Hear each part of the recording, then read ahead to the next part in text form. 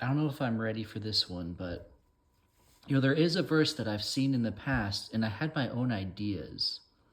Because the thing is, there is just, I was going to say too many verses, but then in my head, I'm like, there's really only one verse that is impossible to interpret any other way. I will never leave or forsake you. I feel like there might be a different verse. I don't know. I want to say that's the best one. When Jesus says, I will never leave you or forsake you, what exactly is it you think that means?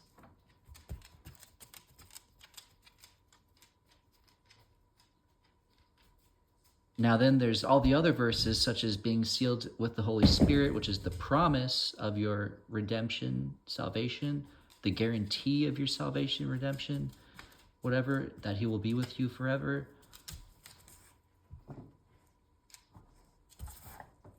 I promise I will be with you always, even to the very end, all this stuff. So you look at all those verses, and it's literally impossible. So if there's any verse you think somehow goes against that, there's got to be a way. There's got to be a way. Now, one verse I have seen in the past, I thought of an idea of how to look at that, and I just kind of moved on. I'm like, I could see something along this. So I'm the vine, you are the branches. Now, at its core, what does that mean? There is a time where you are connected to Jesus, you are Jesus's. Now, go into all those other verses. What does Jesus say? Anyone who's been given me, or first of all, God has given me people, and anyone He has given me, I will not lose. He will not lose them. And then, no one can snatch out of their hands, blah, blah, blah. But He will not lose anyone that's been given to Him. So if He's the vine, you're a branch, you're there, you're His. At some point in time, you are His, and therefore He is never going to lose you. So now you see a verse, and it's like, oh, if you're not bearing fruit, He's going to chop you off and throw you into the fire.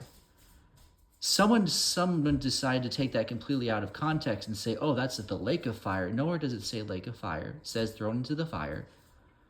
And what happens if a branch is thrown into the fire? Because now if this was a metal, then I would be like, oh, you can refine. No, anyways, I'm not going to go there. Side point. So it's a branch, piece of wood, whatever. It's thrown into a fire. What happens when that is thrown into a fire? It turns into ash.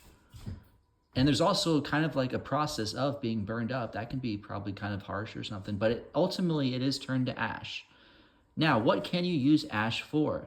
To fertilize a new tree. Take the ash, mix it in with some dirt, make a new tree. And that's another thing that, the Bible also says is like, if you are not bearing fruit, it's like, hey, should we cut this tree down? And He's like, no, let's give it another year. We'll get some manure, put it around, fertilize this tree. Maybe we'll start bearing fruit.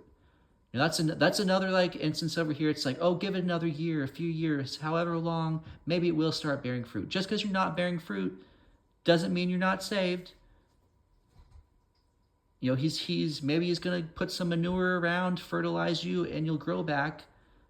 Or in this instance, chopped off, you're thrown into the fire, there's some burning going on, ultimately turn into ash. What can you do with ash? You can now use it to go fertilize a new tree and grow another one. And ultimately, once saved is always true. You could probably have evidence of this if you look at every single case of someone for a matter of fact was a born-again Christian, full of the Holy Ghost, saved by no doubt, and then they fall away. I'm sure you could probably find every single one of those people, and eventually sometime later in their life, they are going to come back to faith. If not, maybe a deathbed confession. If not, Jesus cannot be a liar, and while you're dozing off into whatever sleep, your quote sleep, you could even possibly have a vision, near-death experience, something where Jesus does come back to you. But I want to say, no matter what, it might not even have to get to that. If it did, just to like calm your heart and know that you can be once saved, always saved, and all these verses can line up, even if someone seemingly you didn't see them somehow come back to the gospel, They could have done it in some sort of near-death experience. I don't know. But I want to say it doesn't even have to go that far. I want to say that if you were born again and then you completely fall away from the faith, you could literally be on a plane and get thrown out the window, and you are going to be the 0.000000015% of people who can actually survive a plane X, like whatever, and fall thousands of feet and still live. Because God cannot be a liar, and he is not going to lose you, and he's going to bring you back to the faith if that's the case. Now, also, I'm not sure what if you don't even have to? What if you can just die and God's like, hey, you were always mine. I know you went off to whatever, but you're always mine. Still not going to send you away. That could also be a case. Like, just to like calm your heart and know that if this would be better for your conscience, near-death experience, last resort, or the last resort doesn't even matter. Because God said he's never going to leave or forsake you. But beside the point, what happens more often than not is you will end up coming back to the faith. It may take a long time. It may take a while for that tree to grow. And even if you do come back to the faith, I know there's some times where you do come back to the faith and you aren't going to be bearing fruit immediately. Like, it's going to take some time for it to grow before you even do start bearing fruit, even when you come back to the faith. So just throwing that out there, you see a verse that seems like, oh, we can lose our salvation. Impossible. Too many verses where there is literally no way to interpret that otherwise. So if you see something, there's got to be a way. And if you want to look for the metaphor, I'd say this would be one for that, instance in this way. If you're thrown out, okay.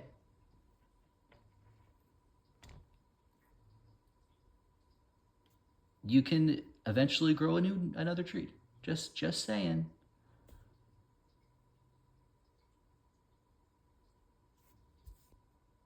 Now, is there anything else? I'm sure there's probably even more to that.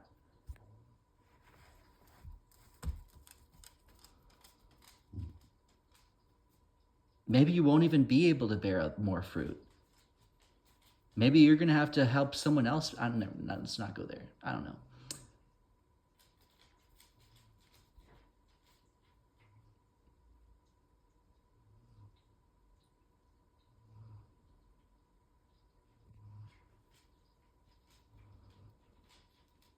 Oh, that's another thing.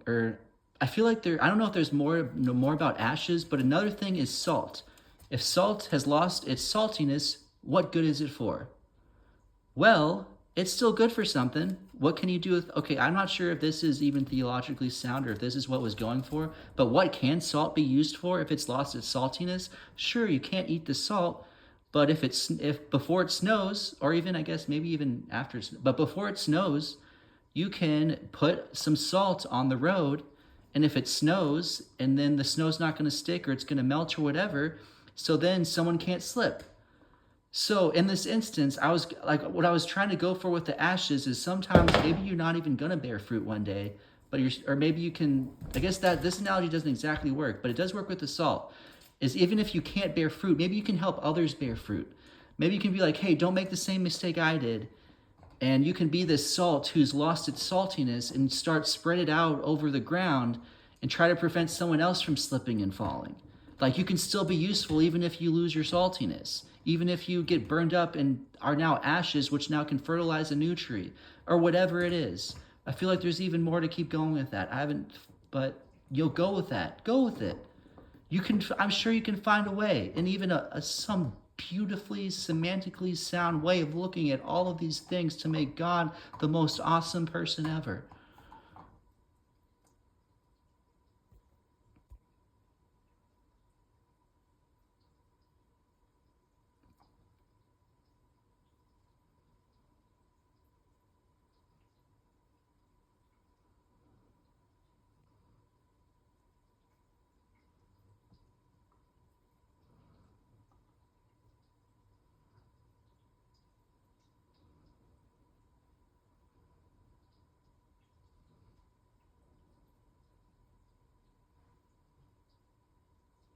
Oh, I guess that is one thing. Some people, they're like, I can't change.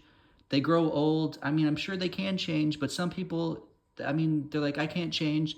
And then they do have children. And then they try to teach their children. They're like, hey, learn from my mistakes. I couldn't do this. This is what I wish I would have done. I don't know. It might be too late for me, but here, like, learn from me and be this awesome, amazing person who bear in whatever. That's another thing that could happen.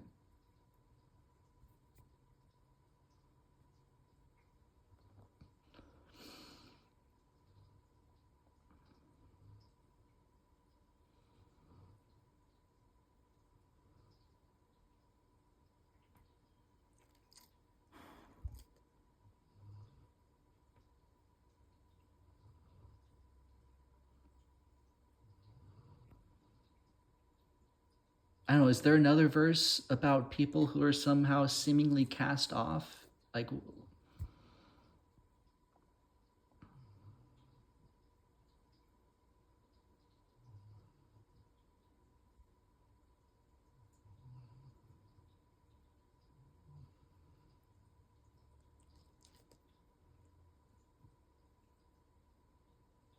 I don't want to say it's right in front of me, but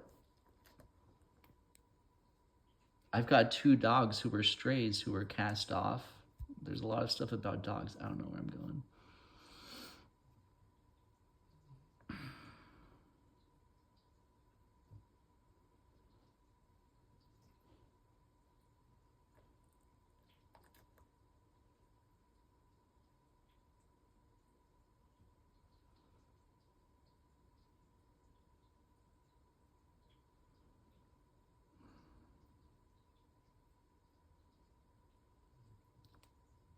Adoption. I don't know if that's even. That's the other thing about this whole you can't lose. Like God, if you're adopted by God, I don't think you understand anything if you think that God's gonna adopt someone and then somehow just like throw them back to whatever dungeon he got them from. I don't know. Like, no.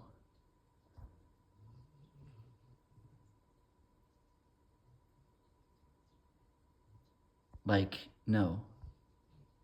Like, when I don't know if this is a story to say, but never mind. Anyways, adoption.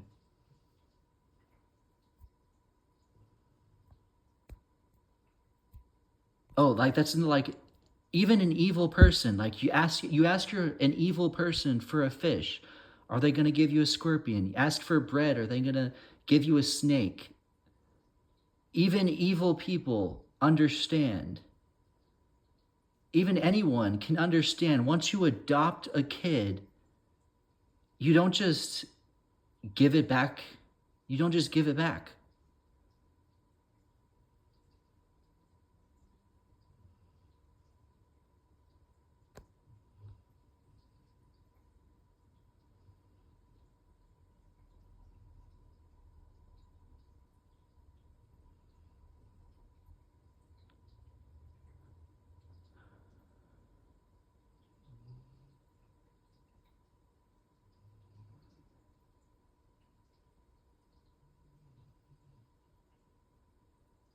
This dog that you're looking at right here, she it came down to I either had to get rid of her or leave my apartment complex. And this was in the first few, I don't know, uh, first month or a few months of anyways, the first month or so of getting her. She came from the streets. She had a little rough. She can get a little protective. She's also a shepherd and likes to go after lost sheep. That's another story. But anyways, also, so like every single time I came home, there is poop all over my house, and there is ripped up seat cushions and toys and trash and stuff knocked over literally every single day. I get back from an 8. I get back from 10 hours away from my house from working. It's like an 8-hour shift, 1 hour both ways. And then I also did like 12-hour shifts, and then it would be 14 hours away. And I get home every single time. There's poop, pee, ripped up stuff all over. And I'm not the least bit mad. I pick up everything. I'm actually kind of happy to be able to take care of her. And I pick up everything for her. I clean everything up, go to bed, whatever. And people are telling me, hey, just take her back to the pound. Just take her back to the pound. You know, she can't be there. You don't have, just take her back. I'm like, no, I'm not taking this dog back. Not like, if there's, I don't want to say it like this, but if there is any dog to take back, this one who seems to bite people, doesn't get along too well. They tried to tell me not to even adopt her because she doesn't really get along too well. She gets too nervous around people, dogs, doesn't really want people to pet her. They tried to convince me not to adopt this dog, got her anyway. They told me when I first got her, yeah, she pretty much will not poop outside. She'll pee outside, but she won't, or I forget which way, one or the other. And I'm like, that's fine, whatever. If there's any dog that I'm facing getting kicked out of an apartment, I could have just taken her back to the pound. Whatever. I had her for a month or two. But no. This dog who poops and pees all over my apartment every single night and rips up all of my stuff, ate almost literally every single shoe I have. I've got these sandals are the only ones left. She managed to leave most of them. If there's any dog to take back after adopting, this is her. But no, that's not how it works. And I don't care what sin you keep on going back to. God's not giving you back. You're an adopted child of the Most High.